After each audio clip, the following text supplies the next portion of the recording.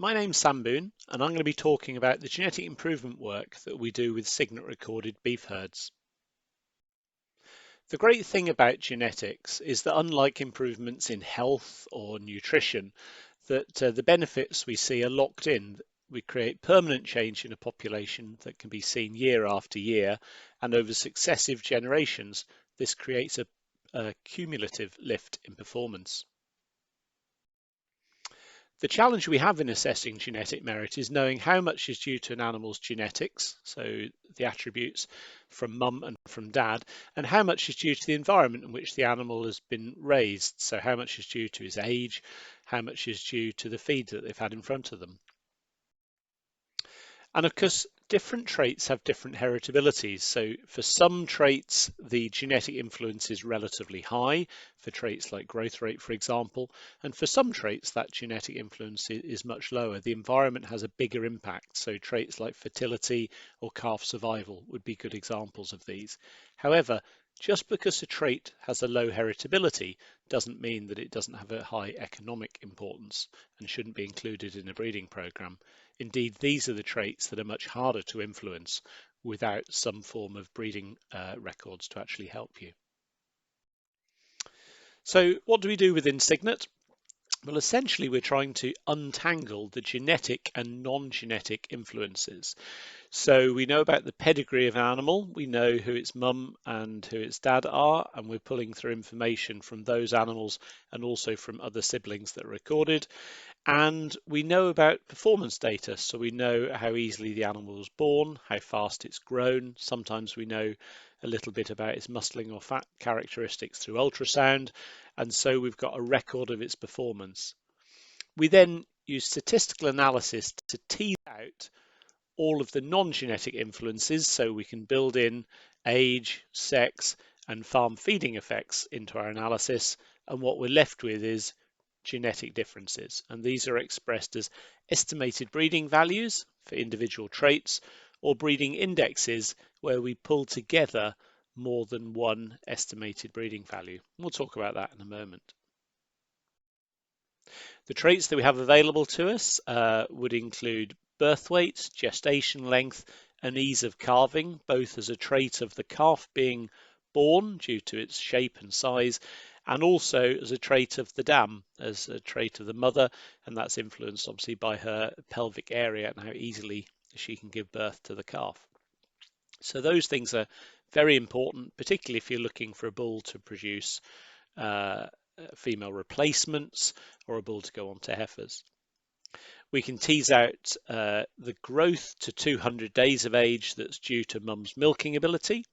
And we have some female fertility traits, of which probably the most important would be longevity. So the length of time she was capable of staying in the herd and being productively active. In addition to that, we have breeding values for growth to 200 and 400 days of age. And we also have breeding values for muscle depth and fat depth, which we assess using ultrasound scanning as predictors of carcass conformation. So we have a range of breeding values that enable farmers to select the right bulls and cows for their production system. To actually bring this information together, we have a range of indexes or sub-indexes. So we have a calving value that indicates how easily calves will be born. We have a beef value that pulls together the growth and the carcass traits to look at the overall value of an animal for those carcass attributes. We have a maternal value, which takes into account traits such as fertility and milk production.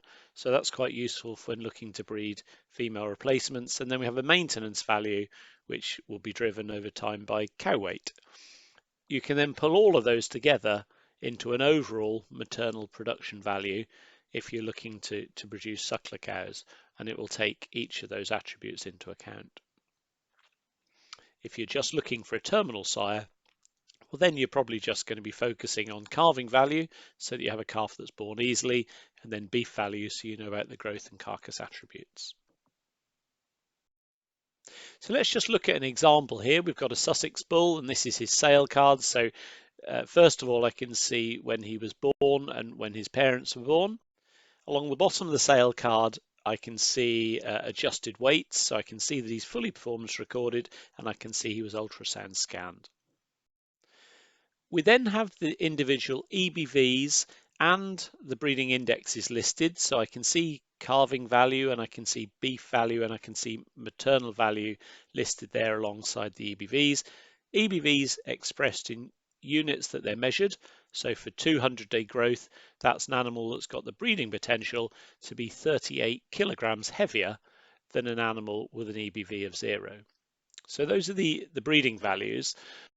However, alongside that, you also need to see the accuracy values. Now, because this is a bull with over 100 progeny on the ground, you'll see very, very high accuracy values.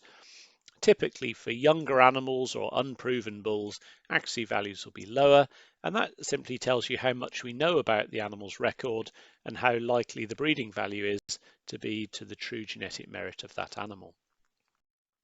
And then the information is printed on the chart, so it's important to check you've got the most recent results. I've got the analysis date shown there, and then the results on the chart show how the animal compares to the current average for the breed.